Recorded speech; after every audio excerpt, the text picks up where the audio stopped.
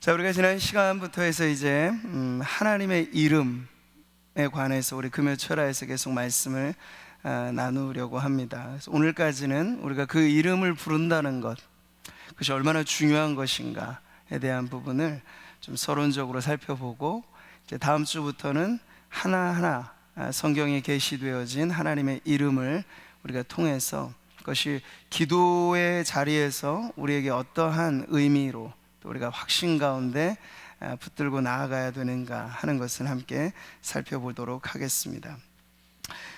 1절의 말씀 이렇게 시작하죠. 환난 날에 여호와께서 내게 응답하시고 야곱의 하나님의 이름이 너를 높이 드시며, 여기에 우리는 지난 시간 야곱의 하나님의 이름이라고 하는 그 특별한 의미에 대해서 살펴보았습니다. 그래서 김춘수 시인의 시도 한번 읊어보기도 했죠. 내가 그의 이름을 불러주었을 때 그는 내게로 와서 꽃이 되었다. 그러니까 불러주기 전에는 아무런 상관이 없는 두 대상인 거죠. 나와 꽃, 이런 관계예요. 그 아름다운 동화, 이 생텍쥐페리가 쓴 어린 왕자에도 그런 관계의 아주 친밀함의 그 비밀이 담겨져 있습니다. 어린 왕자가 사랑했던 장미꽃이 있죠. 근데 그 장미꽃이 그에게 특별했던 건 길가에 피어있는 수많은 장미들을 봐도 그 한 송이 장미꽃과는 전혀 같지 않다라고 하는 걸 깨닫게 되면서 그 소중함을 알게 된 거예요. 근데 거기서 이런 말이 나오더군요. 너의 장미꽃이 그토록 너에게 소중한 것은 그 꽃을 위해 내가 공들인 그 시간 때문이다 라고 이야기가 나옵니다. 요즘에 우리는 사실 애견 문화가 예전과 다르게 많이 또 발달되었잖아요. 네, 결국은 그 정이라고 하는 것이 그런 거예요. 밥 먹여주고 이를 치워주고 씻겨주고 그러면서 한 해 두 해 시간이 함께 더불어 가면서 정이라고 하는 게 생기고 특별한 의미가 생기죠. 그러니까 그 강아지를 키우시는 분은 우리 집에 있는 그 강아지는요, 아무리 종자가 똑같고 생김이 같아도 길거리에 뛰어다니는 강아지들하고는 전혀 다른 거죠. 그러니까 시간이라고 하는 게 있는 거예요. 그리고 그 안에 돌봄이라고 하는 게 있을 때 특별한 관계가 맺어지게 되는 거죠. 거기서 이런 말도 합니다. 하지만 너는 그것을 잊으면 안 돼. 너는 내가 길들인 것에 대해 언제까지나 책임이 있는 거야 라고 말을 하죠. 이 대목에서 근데 사람들은 책임을 잘 지진 않아요. 보세요, 애견이 좋아서 이렇게 키울 때도 있지만 유기시켜 버리는 문제가 요즘에 사회적으로 아주 큰 문제가 되고 있어요. 유기견들이요, 이만저만이 아니거든요. 그러니까 정이 들어서 좋을 땐 좋은데 한번 눈 밖에 나거나 삶의 환경과 형편이 좀 안 좋아지거나 하면 여지없이 버립니다. 그러니까 책임은 지지 않는다는 거예요. 자, 여러분, 근데 우리가 하나님에게 특별한 존재가 된다는 것, 그리고 하나님과 우리 사이, 우리가 하나님을 특별하게 모신다는 것, 그 안에도 바로 이러한 세 가지 요소가 있는 거죠. 함께함의 시간이 있어요. 그리고 관심 어린 돌봄이 있습니다. 그리고 또 하나, 책임감이라고 하는 것이 있어요. 근데 물론 하나님께서 우리를 보실 때 하나님 편에서 우리에게 표현해 주시는 것들이 바로 이런 것이죠. 그래서 저는 신앙이라고 하는 것이 그저 딱 하나님과의 그 만남의 순간, 사도 바울처럼 아주 급격한 뒤집어지는 듯한 어떤 신앙의 체험을 통해서 만나는 것도 중요하겠습니다만, 시간이 지나가면서 함께하는 하나님과 이 세월을 사실은 무시할 수 없어요. 이게 아주 중요한 요소입니다.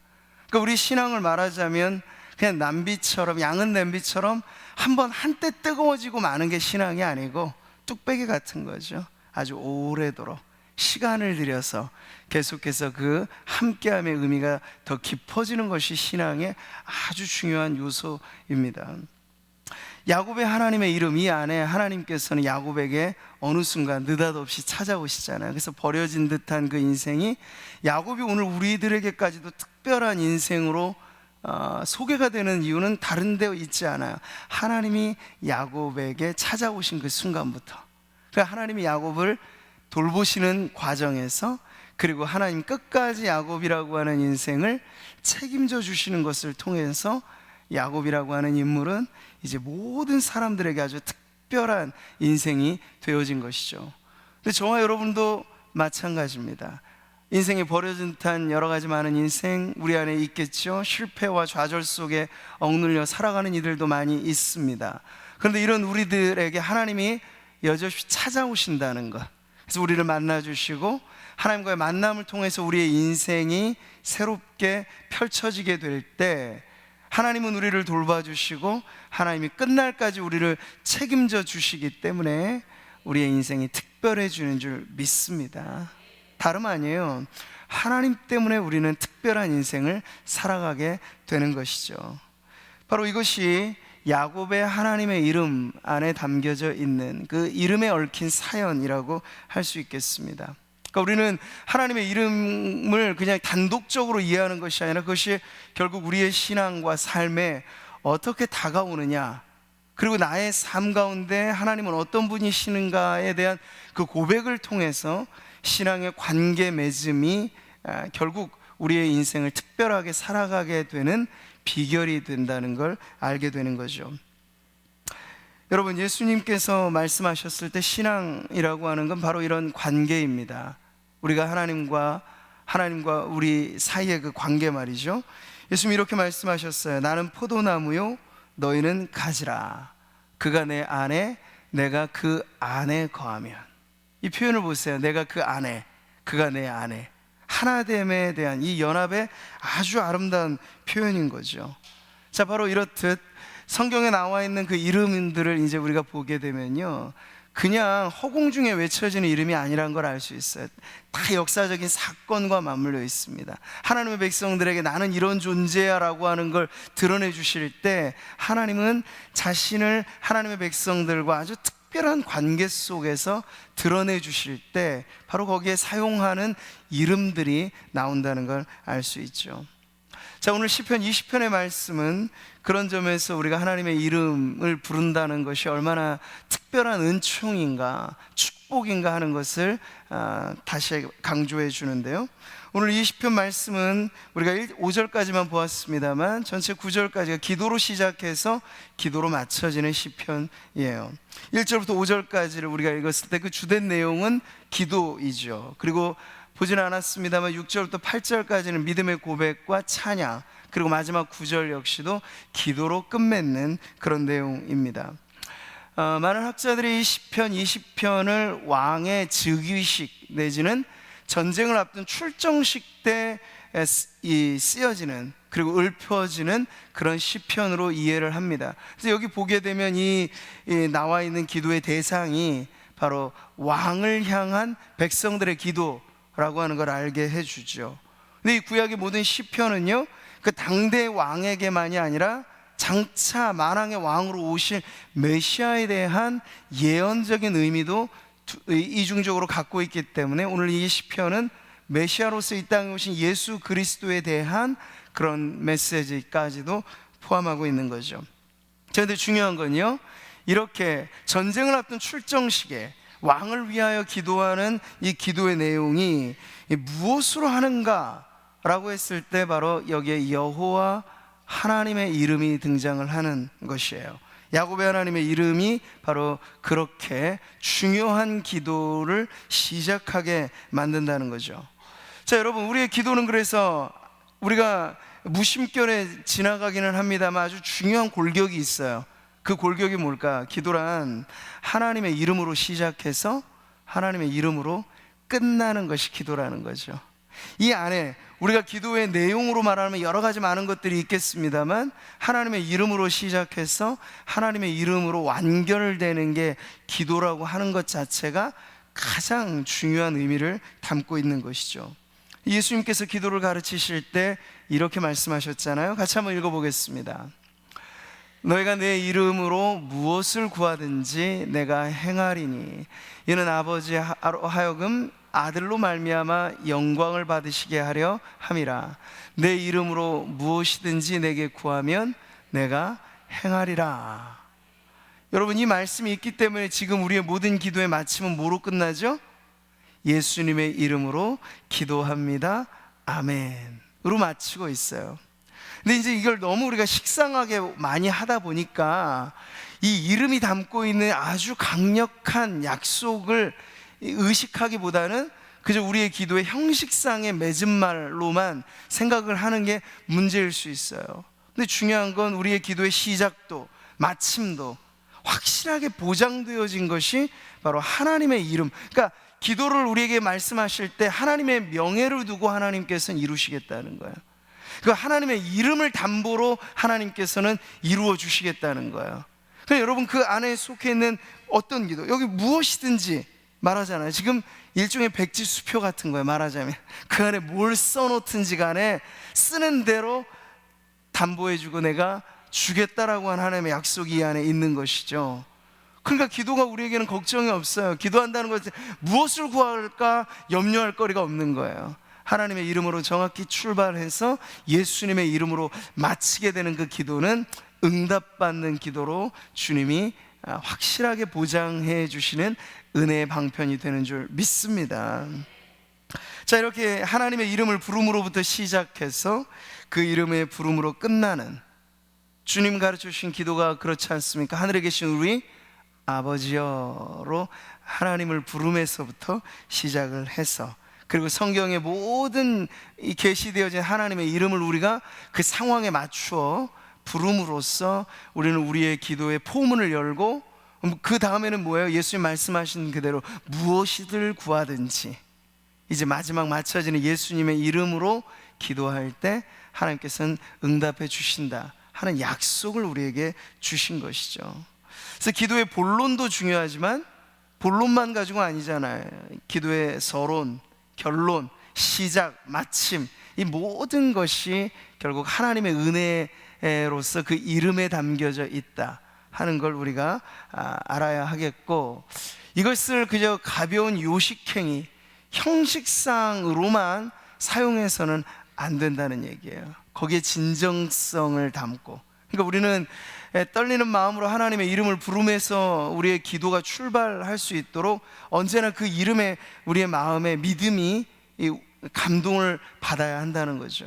그리고 하나 꾹꾹 눌러서 말하듯이 예수님의 이름으로 기도합니다. 너무 빨리 맞추실 필요가 없어요. 그 이름으로 우리가 마무리를 짓는다고 했을 때 오히려 우리는 본론이 사실은 취약하죠. 본론이 취약해. 우리의 기도가 들어지는 듯 하지만 본론에 약함이 있어요. 그러나 우리가 약함에도 불구하고, 나는 부족해도 예수님의 이름을 보셔서 예수님의 이름 때문에 내 기도를 들어주십시오 라는 소원이 있기 때문에 이 마지막 이름의 마침표도 너무너무 중요하다는 거예요. 자, 이에 필요한 것이 바로 그 이름에 담겨진 뜻을 우리가 알고 기도에 활용할 때 그 확신을 갖고 기도해야 한다는 사실이에요. 자, 오늘 이 말씀, 원수들과 단판을 짓듯 그렇게 전쟁터에 나아가는 왕을 바라보면서 이스라엘 백성들의 그러한 기도가 1차적인 의미라고 했을 때, 여러분 그 첫 번째 강구가 담고 있는 뜻은 이것이죠. 하나님께서 왕을 높여주시기를 바라는 기도가 바로 이것입니다. 야곱의 하나님의 이름이 너를 높이 드시며 당신을 높은 곳에 두시기를 원합니다, 이런 뜻이에요. 자, 여러분 여기서 우리가 알아야 하는 것은 한나의 기도가 가르쳐 주는 것처럼 인생을 높이시기도 하고 낮추시기도 하는 그 주권이 누구에게 있는가? 그건 바로 하나님께 속한 것이라는 거예요. 하나님의 절대 주권에 관해서 한나는 아름다운 기도로 이렇게 고백을 하죠. 같이 한번 읽겠습니다. 여호와는 죽이기도 하시고 살리기도 하시며 스올에 내리게도 하시고 거기에서 올리기도 하시는도다. 여호와는 가난하게도 하시고 부하게도 하시며 낮추기도 하시고 높이기도 하시는도다. 여러분, 이 말씀이 너무 중요해요. 이게 하나님의 우리가 절대 주권이라고 말하는 그 단단한 고백에 담겨져 있는 이 풀인말이에요. 죽이기도 하시고 살리기도 하시고. 스올은 가장 낮은 곳을 상징하는 거예요. 죽음과도 같은 그 죽음 너머의 그 처참한 고통의 자리, 내리기도 하시고 근데 거기서 올리기도 하시는 거예요. 요나 이야기를 보면 알잖아. 물고기 뱃속 스올의 밑바닥에서 그가 기도했을 때 끌어올려 주시잖아요. 우리를 가난하게 하게도 하시고 그 가난한 우리를 부하게도 하시는, 그리고 말합니다. 우리의 명성을 낮추기도 하시고 높이기도 하시는 이가 하나님이시라는 거예요. 그러니까 우리는 우리가 하나님 자리에 있지 않고 하나님의 자리에 계신 그 분을 우리가 부르면서 우리가 낮은 삶의 자리에 있다면, 수월의 자리까지 우리의 인생의 밑바닥이 내려가 있다면 그 하나님이 우리를 높여주시는 분이다, 우리를 다시 회복시켜 주시는 분이다 하는 믿음을 가지고 그렇게 하나님의 이름을 부르며 기도를 하는 것이죠. 여러분, 여기서 하나님이 인생을 높여주신다는 건 뭘까요? 우리를 존귀케 하신다는 거예요. 존귀케 하신다는 거죠. 전쟁에서의 승리로 인하여 그 왕의 명성을 높여주신다는 뜻이 바로 여기에 담겨져 있습니다. 근데 이 모든 것의 근본적인 주권자로서 하나님, 우리는 그 앞에 기도로서 우리의 인생의 높아짐을 구해야 한다는 것이죠. 그래서 또 다른 시편에서 이것을 우리에게 가르쳐 주죠. 같이 한번 읽어볼까요?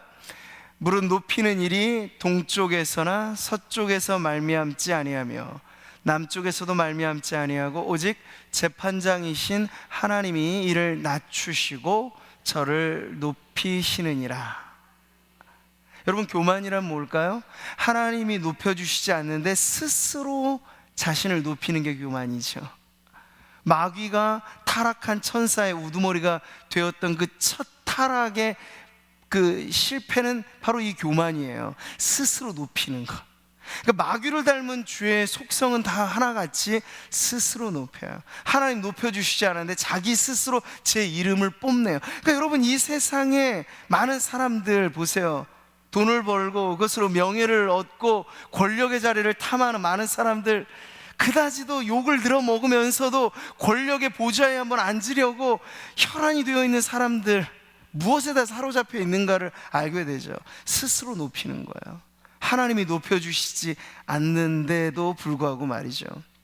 그러니까 여러분, 우리는 하나님이 가르쳐주신, 예수님이 가르쳐주신 이 기도대로 먼저 우리가 주님이 높여주시는 은혜를 바랄 때, 우리의 명성을 높여주시기를 바랄 때 먼저 우리가 하나님의 이름을 높이는 법을 배워야 한다는 거죠. 그래서 주기도의 첫 번째 기도가 뭡니까? 하늘에 계신 우리 아버지여, 이름이 거룩히 여김을 받으시오며. 그러니까 우리가 스스로 뽐내고 하나님이 우리를 높여주시지 않음에도 불구하고 높아지려고 하는 그런 인생이 아니라, 우리가 정말 골몰하고 힘을 써야 될 것은 하나님의 이름을 높이는 데 우리가 힘써야 돼요. 찬양이란 바로 그런 거죠. 하나님의 이름을 자랑하는 것이고, 우리의 삶을 통해서, 예수 믿는 우리를 통해서 하나님의 명성이 드높아졌으면 좋겠습니다 라는 기도가 바로 이 기도에 담겨진 의미인데, 그렇게 우리가 기도하며 살아갈 때 역으로 하나님은 우리를 높여주신다는 거죠. 야곱의 하나님의 이름을 높일 때 그 하나님은 우리를 높여주시는 하나님이 되시는 줄 믿습니다. 자, 그럴 때 우리는 모든 원수의 머리 위에 우리를 우뚝 세우시는 승리를 경험하면서 하박국의 이 노래를 우리의 신앙의 간증으로 부르게 될 줄 믿습니다. 어떻게 해요? 같이 한번 읽어보죠. 주 여호와는 나의 힘이시라. 나의 발을 사슴과 같게 하사 나를 나의 높은 곳으로 다니게 하시리로다. 바로 이와 같은 축복이 말이에요. 오늘도 이 명절에 가족들이 함께 나와서 자녀들도 이 자리에서 기도하는 자리에 나와 있는 우리 자녀들이 많이 있는데요, 우리 부모님들이 자녀들을 위한 축복의 기도가 이와 같으시기를 바랍니다. 우리 자녀들의 이름을 하나님께서 존귀케 해달라는 그런 기도예요. 네. 야베스의 기도가 바로 그런 것처럼 하나님께서 높이시기도 하고 낮추시기도 하는 주권자이신데, 그 하나님 앞에 우리 자녀들의 앞날을 의탁하면서 우리 사랑하는 자녀들을 하나님께서 존귀케 해주십시오. 반대로 스스로 우쭐대지 않고 교만의 죄에 빠지지 않고 하나님이 높여주실 때까지 자신을 겸손히 낮출 줄 아는 믿음의 자녀들이 되게 해주십시오 하는 그런 기도가 오늘 우리 모두의 기도가 되었으면 좋겠습니다. 여러분, 이 땅에 앞서도 말씀드린 것처럼 명예라고 하는 건 뿌리치기 힘든 유혹입니다. 말년에 많은 인생들이 무너지는 대부분의 쇠락의 여정을 보면요, 이 명예 때문에 넘어지게 되는 경우가 많아요. 스스로 자신의 기념비를 세우려고 노력함으로써 오히려 더 추한 몰골로 전락해가는 모습들을 우리는 많이 보죠. 그런데 왜 전도서를 통해 하나님께서는 이미 말씀하셨어요. 그런 헛된 욕망 자체를 버리고 살라고 말이죠.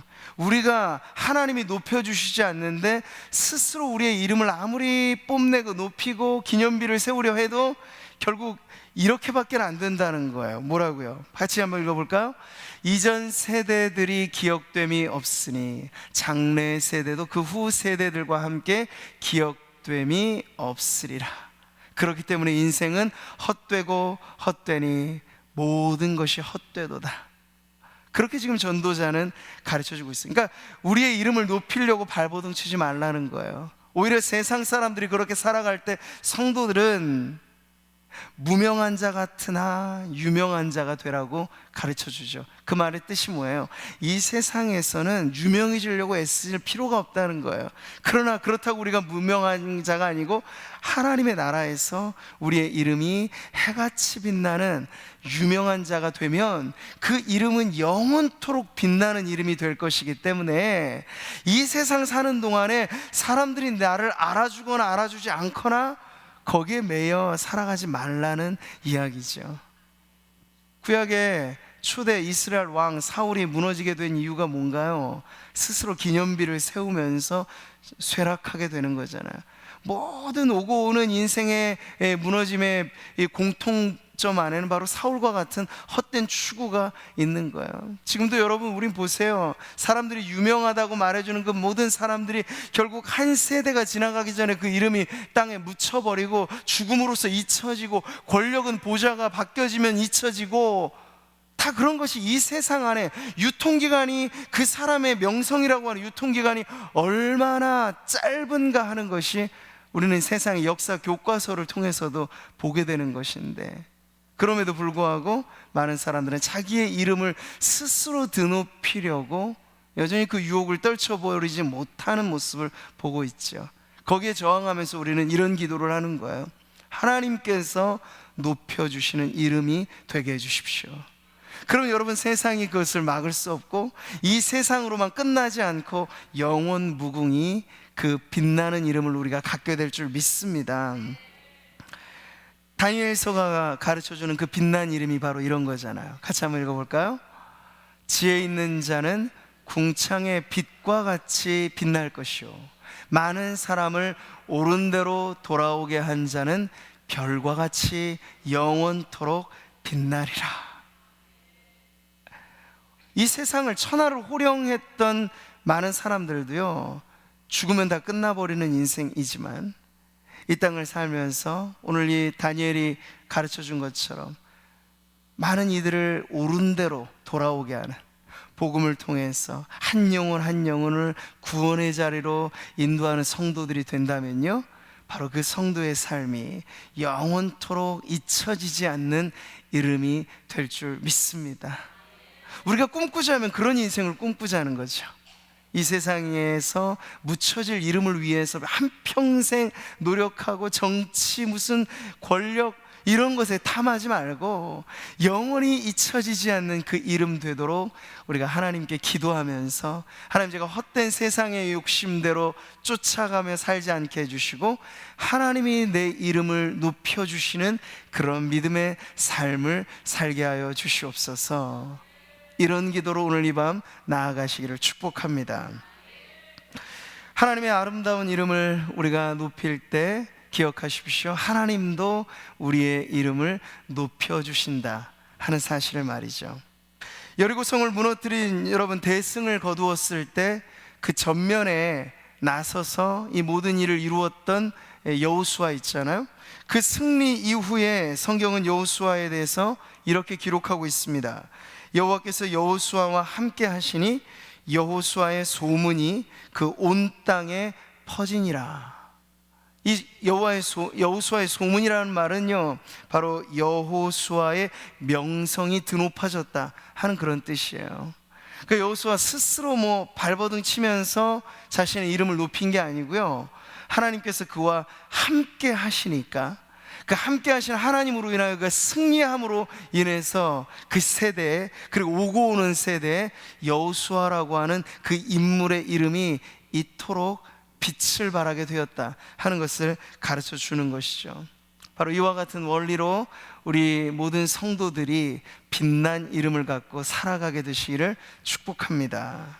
자, 오늘 시편 이어지는 중보의 기도는요, 우리를 전쟁터하고는 전혀 다른 장소로 인도해 줍니다. 이 시편이 전쟁의 출정식 때 쓰여지는 그러한 노래였다고 한다면, 전쟁을 앞두고 있는 상황하고는 전혀 어울리지 않는 장소로 인도하는 거죠. 그 장소가 뭔가요? 성소, 시온, 그리고 소재, 번제, 이런 단어들이 지금 오늘 시편에 나오는 거예요.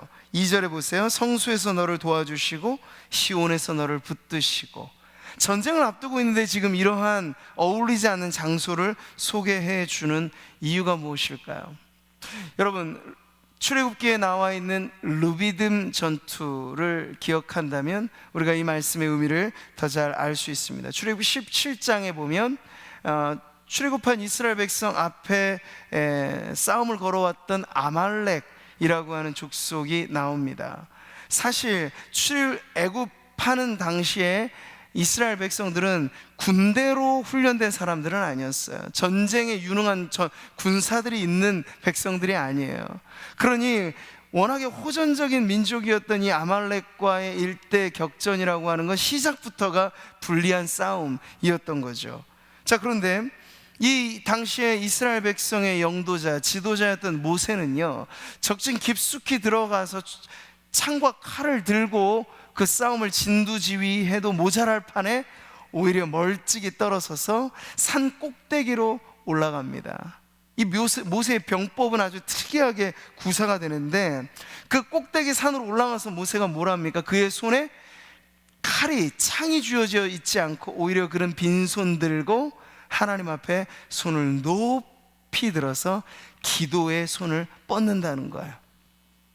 자, 그리고 거기서 그 높이 들린 그 손, 그리고 좀처럼 내려오지 않는 그의 기도의 손을 통해서 그들의 실력만 가지고는 결코 이겨낼 수 없는 이 아말렉과의 싸움, 르비딤 전투를 이스라엘 백성이 승리로 장식하게 되었다 하는 것을 가르쳐 주죠. 이걸 통해서 성경이 우리에게 알려주는 것은 무엇입니까? 오늘 시편도 전쟁을 앞두고 있는데 오히려 전쟁터에 관심을 갖고 전략을 짜고 군사적인 어떤 이 모든 것들을 끌어모아도 모자랄 판에 성소에서, 그리고 시온에서 그의 번제와 소제, 이런 예배적인 용어들을 먼저 말해주는 까닭은 무엇일까요? 이것이 우리의 인생 전반에 걸쳐서도 중요하게 작용하는 원리인데요, 바로 이것이에요. 전쟁뿐만 아니라 우리의 인생의 승리의 관건은 나와 그들의 문제가 아니라, 나와 세상의 문제가 아니라는 거예요. 그럼 뭘까요? 가장 근본된 문제는 나와 하나님과의 문제라는 거예요. 나와 하나님과의 문제가 제대로 정립이 되면 나와 그들, 나와 세상에서의 문제 역시도 하나님의 은혜 가운데 풀리게 된다는 것을 보여주고 있는 것이죠. 모세가 이것을 너무나 잘 알았던 영적인 지도자였던 거죠. 그러니까 우리가 그 급박한 상황으로 들어가면요, 모세가 팔을 걷어붙이고 죽음을 각오하고 적진에 뚫고 들어가는 게 마땅해 보여요. 그런데 어떤 의미에서 사람들에게 오해를 받았을지도 몰라요. 우리는 피비린내 나는 저 전쟁터로 보내면서 영도자라고 불리는 저 모세는 피 한 방울 흘리지 않고 저러고 있는가 오해를 받을지도 몰라요. 그런데 모세는 그걸 알았던 거죠. 이 싸움은 애당초 실력만 가지고는 이길 수 없는 싸움이다. 세상과의 격전에서 이스라엘 백성이 이길 승산이 없는 싸움이다. 그런데 나와 하나님, 우리와 하나님의 관계가 연결이 되면 우리의 힘만 가지고는 감당할 수 없는 이 문제가 해결된다 하는 것을 믿었던 모세가 이런 모든 오해, 이런 모든 이 급한 이 문제의 우선순위를 바로 잡고 하나님 앞에 두 손을 높이 들고 있는 것을 보여주고 있는 거죠. 모세뿐만 아닙니다. 유명한 이스라엘 이 역대에 기록된 이 전쟁의 역사 가운데 말이죠, 이런 일들이 있어요. 여호사밧 왕 때 암몬과의 전투도 이렇습니다. 전열을 가다듬고 딱 보니까 이 암몬의 자손들이 쳐들어온 그 수가 이스라엘이 결코 막아설 수 없는 수였어요. 6.25 당시에 중공군의 인해 전술이라고 하는 게 그거잖아. 총알바지로 엄청나게 밀려오는데 그 총알이 모자란 거야. 총알을 막아내는 그 사람의 수가 어마어마하니까. 근데 마치 지금 암몬 자손 앞에 이스라엘 백성이라고 하는 건 바람 앞에 등불같이 그저 아무런 힘이 없는 거예요. 전세는 불리할 대로 불리한 형편입니다. 그런데 여호사밧 역시도 믿음의 왕이었기 때문에 그런 믿음으로 이렇게 하나님 앞에 기도하며 나아갑니다. 이 기도를 같이 한번 우리가 읽어볼까요? 우리 조상들의 하나님 여호와여, 주는 하늘에서 하나님이 아니시니까 이방 사람들의 모든 나라를 다스리지 아니하시나이까. 주의 손에 권세와 능력이 있사오니 능히 주와 맞설 사람이 없나이다. 내 힘만 가지고는 안 돼요. 나는 그들을 맞설 수 없어요. 그러나 내가 믿는 하나님에 대하여 말하자면 이건 전혀 다른 거예요. 하나님은 상천하지에 주와 같은 이가 없으시고, 하나님은 만왕을 다스리시고 모든 이방의 나라를 다스리시는 하나님이시다라고 하는 믿음이 여호사밧에게 있기 때문에 그는 자신의 그들의 군사력으로 이길 수 없는 적들 앞에 기도하였고, 기도한 이후에 전혀 새로운, 그 누구도 흉내낼 수 없는 이러한 전략을 통해서 그 전쟁을 승리로 이끌었습니다. 그 전략이란 무엇인가요? 군대보다도 앞서서 찬양대를 세운 전략이에요. 찬양대를 세운, 군대보다 여러분 찬양대를 앞세웠다는 건 인류의 전쟁의 역사에 여러분 이것 외에, 여호사밧 외에 누가 과연 이것을 흉내조차 낼 수 있겠습니까? 이게 대단한 믿음이 아니고서는 흉내낼 수 없는 것이죠. 근데 여호사밧 안에는 이 믿음이 있었던 거예요. 내 힘 가지고는 안 되지만 주님은 하실 것이고, 그래서 우리는 색다른 전쟁을 할 것이다. 하나님의 성호를 높일 때 하나님께서 역사하셔서 우리를 승리케 하시는 것을 보게 될 것이다 하는 그 믿음으로 그가 나아갔던 거예요. 여러분, 그랬을 때 하나님께서는 정말 창과 칼로서가 아니라 하나님의 놀라우신 역사로 암몬 자손, 그 많고 많은 적들을 물리쳐 주신 승리를 바로 여호사밧 왕의 믿음대로 그에게 허락해 주셨습니다. 이때 나온 고백이 주만 바라볼지라 하는 그런 찬양이잖아요. 자, 여러분, 이 모든 것이 가르쳐 주는 바는 전쟁의 승패는 하나님의 이름에 달려 있다는 것이에요. 그러니 우리가 전략과 전술보다, 이 세상을 어떻게 하면 잘 살 수 있을까 처세술보다 더 중요한 건 하나님을 아는 것이고, 하나님을 믿는 것이고, 일 다급하여도 여러분 결코 우선순위가 뒤바뀌면 안 되는 것은 하나님을 향하여 우리의 믿음의 고백이 앞서야 한다는 것이에요. 군대보다 앞서 찬양대를 세웠던 여호사밧의 믿음이 바로 이런 것이죠. 아까도 말씀드린 것처럼 자기를 위하여 기념비를 세움으로 인생이 폭락하게 되었던 사울 왕은 여기서도 그런 문제를 나타냈어요. 전쟁을 앞두고 블레셋 군사들이 너무나 많이 모여 있으니까 초조함과 두려움, 그리고 시간이 지연될수록 군사들이 빠져나가는 그러한 불리한 상황에 약속한 기일대로 사무엘이 오지 않아요. 사무엘을 기다려야 됐거든요. 사무엘을 통해서 예배를 드림으로 먼저 출정식에 대한 하나님 앞에 신고식을 해야 됐습니다. 그런 의미였는데 사무엘이 왠지 지체를 하는 거예요. 그러다 보니 왕이 해서는 안 될 일을 했던 거예요. 사무엘을 통하여 하나님께 예배를 드리는 걸 하나님은 말씀하셨건만 사울이 나라도 이거 하면 되지 않겠나, 그래서 부득이함으로 해서는 안 될 그런 일을 그가 저지르게 됐죠. 근데 아이러니하게도 그가 사무엘의 역할을 대신해서 하나님 앞에 해서는 안 될 왕으로서의 그런 월권을 행했을 때 사무엘이 그때 짠하고 등장하죠. 그리고 왕이 해서는 안 될 그 일에 대하여 하나님은 순종을 제사보다 귀히 여기신다 하는 그 말씀을 가르쳐 주는 것이에요. 사랑하는 성도 여러분, 다시 한번 여러분 기억하십시오. 오늘 이 전쟁터에 나아가기 전 왕을 위한 이 백성의 기도는 그 왕으로 하여금 참된 겸손을 가르쳐 주는 것뿐만 아니라 참된 믿음을 가르쳐 주고 있어요. 중요한 우선순위가 무엇인가를 알려주고 있는 거죠. 우리 자녀들이 여기 많이 있을 때 우리 부모들이 자녀들을 가르치는 신앙의 교육이 늘 우리에게 숙제 같죠. 근데 아이들이 뭐 중간 기말고사가 있어요. 또 수능을 앞둔 우리 지금 수험생들도 많이 있죠. 이 아이들에게 있어서는 전쟁 같은 일이에요. 참 인생에 막다른 그러한 긴장이 있는 문제죠. 근데 그럴 때 우리가 자녀들에게 어떤 교육을 해야 될까요? 바로 이 기도를 가르쳐 주는 거야. 내가 시험을 앞두고 긴장도 되고 시험을 잘 봐야 되겠다라고 하는 부담감도 있겠지만 중요한 건 그보다 앞서서 주의를 지키고 하나님 앞에 먼저 드려야 될 것을 드린다 하는 게 우리의 헌신의 의미잖아요. 마찬가지로 우리 자녀들이 세상과 다른 방식으로 경쟁력을 더 갖고 살아가도록 만드는 비법은 모세처럼 여호사밧처럼 중요한 순간에 하나님과의 관계 맺음을 더 우선하여 할 수 있도록 우리가 가르쳐주고 기도해주고 우리 부모로서 우리가 거기에 모범이 되어야 할 줄 믿습니다. 이 전쟁은 너희에게 속한 것이 아니요 하나님께 속한 것이라. 이게 여호사밧의 고백이었는데 우리가 긴장하고 세상 여러 가지 많은 염려로 인하여 근심과 걱정이 올 때 여러분의 믿음으로 이 말씀을 선언하십시오. 그리고 자녀들에게도 이것을 가르쳐 주십시오. 전쟁 같은 이 세상 속에 우리의 승리의 비결은 나와 세상의 관계보다 먼저, 나와 직장의 상사들의 관계보다 먼저 나와 하나님과의 관계가 올바로 정립되어야 한다 하는 것이에요. 그럴 때 하나님은 없던 능력도 우리에게 주시는 분인 줄 믿으시기 바랍니다. 우리에게 부족한 지혜를 공급해 주시는 분인 줄 믿으세요. 너희 중에 지혜가 부족하거든 모든 사람에게 후히 주시고 아깝게 여기지 않고 꾹꾹 눌러주시는 하나님께 구하라고 하시잖아요.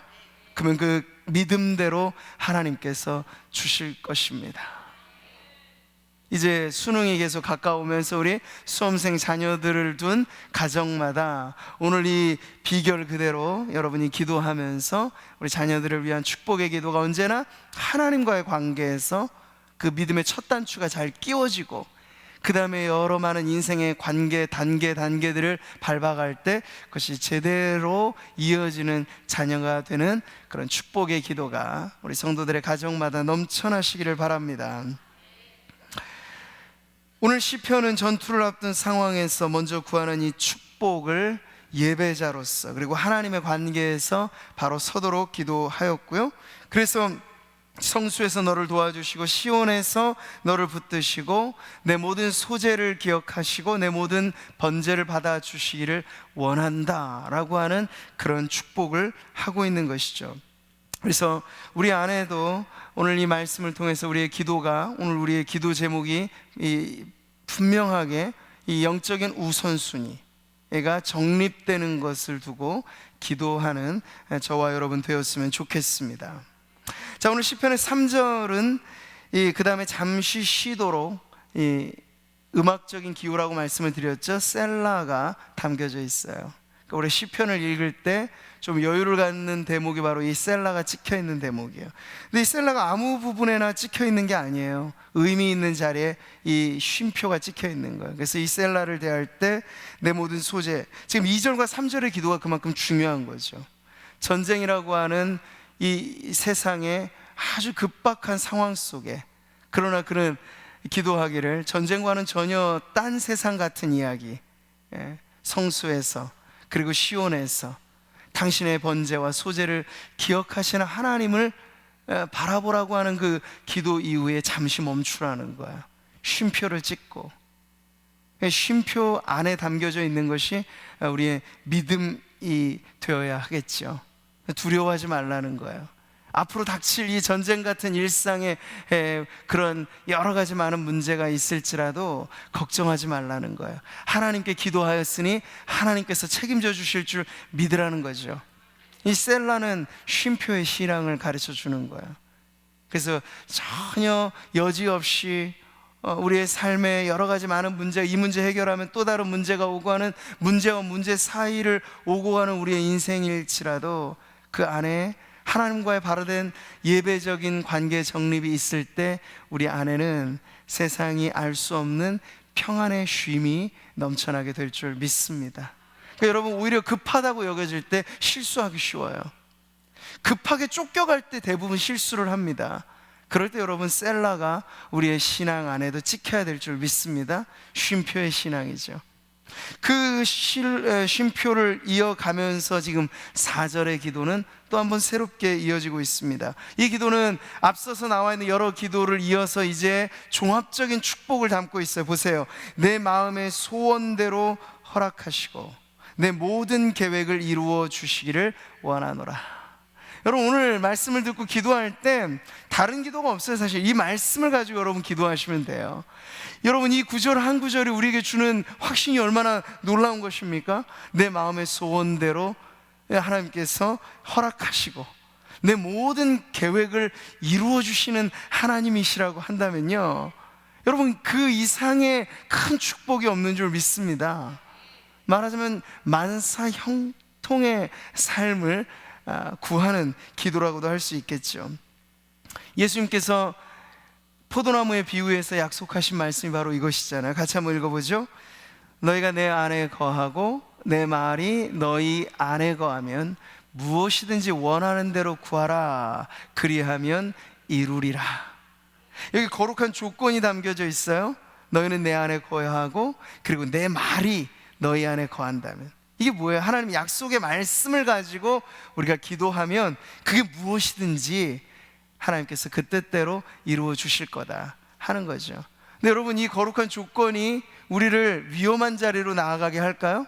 그러니까 우리가 하나님의 뜻과 상관없는 소원을 갖고 하나님의 영광과 아무런 관련 없는 그런 계획을 갖고 살아간다면 우리가 꾸는 꿈이 오히려 우리를 위험하게 만들지도 몰라요.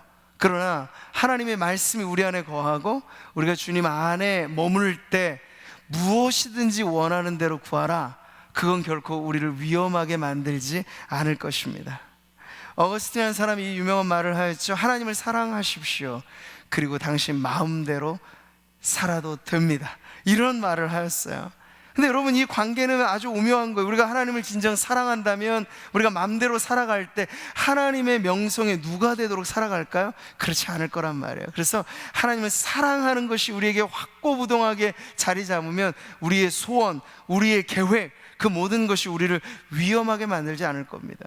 여러분, 오늘 이 말씀을 만약에 하나님을 알지 못하는 악인이 이걸 활용한다면 어떨까요? 악한 사람이 이 말씀을 말하면서 내 모든 계획이 이루어지기를, 내 모든 소원이 성취되기를. 여러분, 세상은 지금보다 더 엉망진창이 될 것입니다. 악한 사람들이 원하는 그 계획이 다 이루어지는 세상은 지옥 같은 곳이 될 거라고요. 우리가 지금 그나마 하나님이 우리를 호흡하며 살기 좋도록 지금 이렇게 만들어 가시는 건 악인들의 소원대로 이루어지지 않고 하나님이 원하시는 뜻대로, 하나님의 백성들의 소원대로 이 역사를, 세상을 움직이시기 때문에 우리가 지금 그나마 살만한 세상을 살고 있는 줄 믿습니다. 여러분, 의인의 소원은 오직 선하나 악인의 소망은 진노를 이루느니라. 소원이라고 다 똑같은 소원이 아닌 거예요. 하나님께서 의롭다 여기신 하나님의 백성들의 소원에 관해서 하나님께서는 마음대로 구해라, 내가 이루어질 거다 말씀을 하시지만, 악인들의 도모에 관해서는 오히려 하나님이 진노를 예비하고 계시다 하는 것을 우리는 말씀을 통해 알게 되는 거죠. 그렇기 때문에 여러분, 셀라가 찍혀있고 그 다음에 나와 있는 이 4절의 기도가 순서상 여기에 있는 거예요. 왜 그럴까요? 그 앞에 나와 있는 기도에서 이미 하나님과 예배적인 관계에서 바로 정립되고 하나님의 것을 하나님께 드리는 그 올바른 신앙의 순서를 가질 때 그가 갖게 되는 소원과 그의 인생의 계획이 그대로 이루어진다 한들 그게 그에게 위험거리가 되지 않을 수 있기 때문에 바로 이 기도는 이 위치에 나오게 되는 것이에요. 또 여호와를 기뻐하라, 그가 내 마음의 소원을 내게 이루어 주시리로다.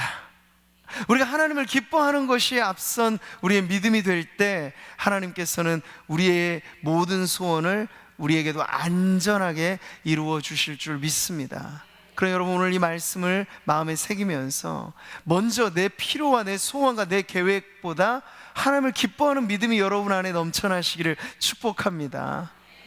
하나님의 것을 하나님 앞에 언제나 올려드린 인생의 바른 순서를 가지고 여러분의 계획을 짜보세요. 그러면 여러분의 인생의 플랜 그 이상으로 하나님께서 우리의 발걸음을 인도해 주실 줄 믿습니다.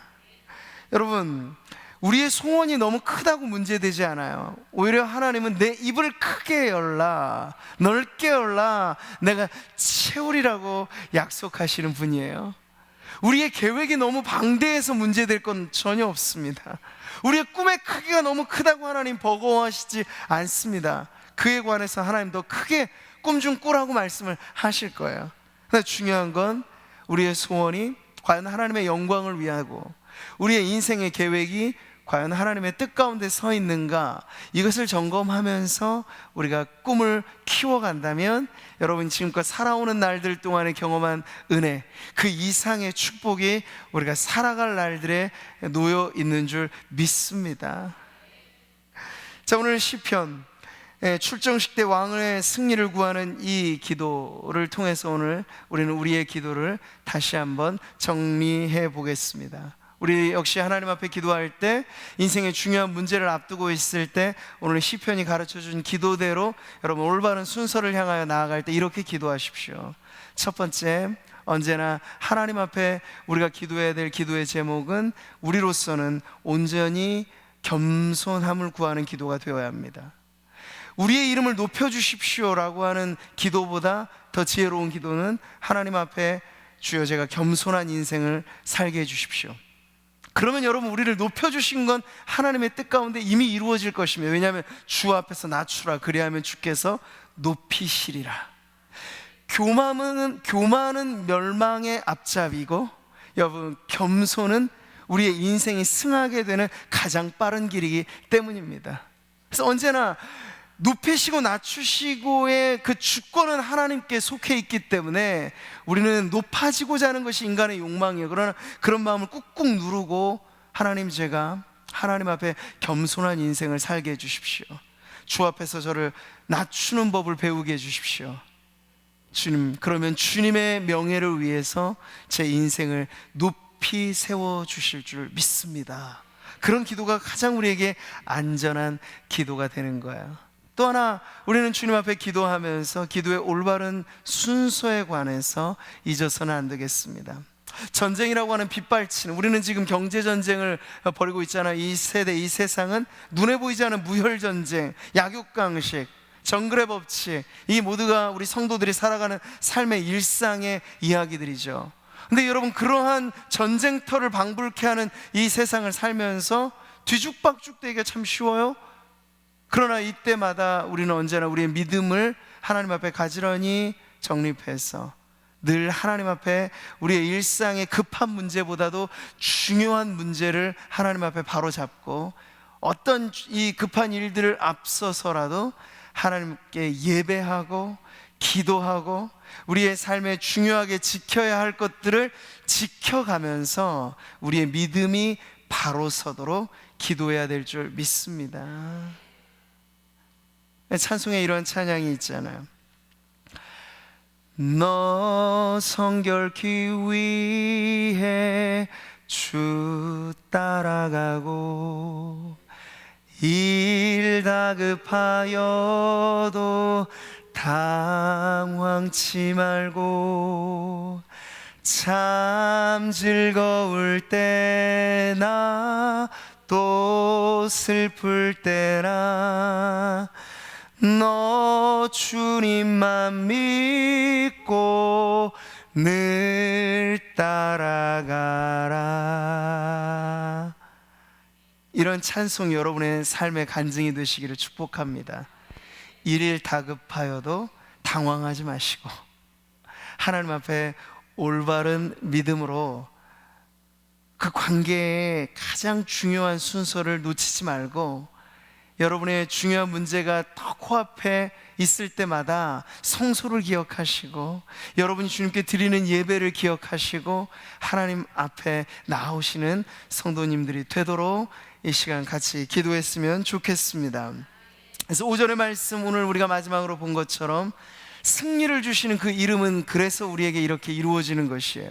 같이 한번 더 읽어볼까요? 5절 말씀, 우리가 너의 승리로 말미암아 개가를 부르며 우리 하나님의 이름으로 우리의 깃발을 세우리니 여호와께서 내 모든 기도를 이루어 주시기를 원하노라. 이 모든 승리의 중심에 하나님의 이름이 놓여져 있습니다. 이것이 우리가 인생을 살아가는 길이죠. 전후 좌우로, 우리의 처음도 나중도 그리고 그 중심에도 우리를 승리로 이끄시는 여호와 하나님의 이름, 그 이름을 여러분의 중심에 붙잡고 여러분의 힘만 가지고 안 되는 문제들 가지고 지금 기도하실 텐데, 그 기도가 이루어지는 비결이 다름 아닌 바로 하나님의 이름에 있음을 믿으셔서 그 이름으로 우리의 인생, 오늘도 승리를 이어가는 축복의 인생이 되기를 바랍니다. 그래서 계속해서 우리가 주님의 이름을 알아갈수록 그 이름이 나를 강건하게 하고 그 이름이 나를 붙들어주고 그 이름이 나를 옳은 길로 인도하여서 우리가 흐트러짐 없이, 우리가 인생의 성공의 때에도 자만하지 않고 실패의 때에도 좌절하지 않고 하나님의 이름으로 붙들린 인생이 되어서 요셉과 같이 말이죠, 우리의 인생의 꿈이 이루어졌을 때 그게 내 꿈의 성취가 아니라 하나님의 계획의 완성이 되어지는 그러한 인생 살아가는 여기 모인 우리 모든 성도님들 되시기를 주님의 이름으로 축복합니다. 할렐루야.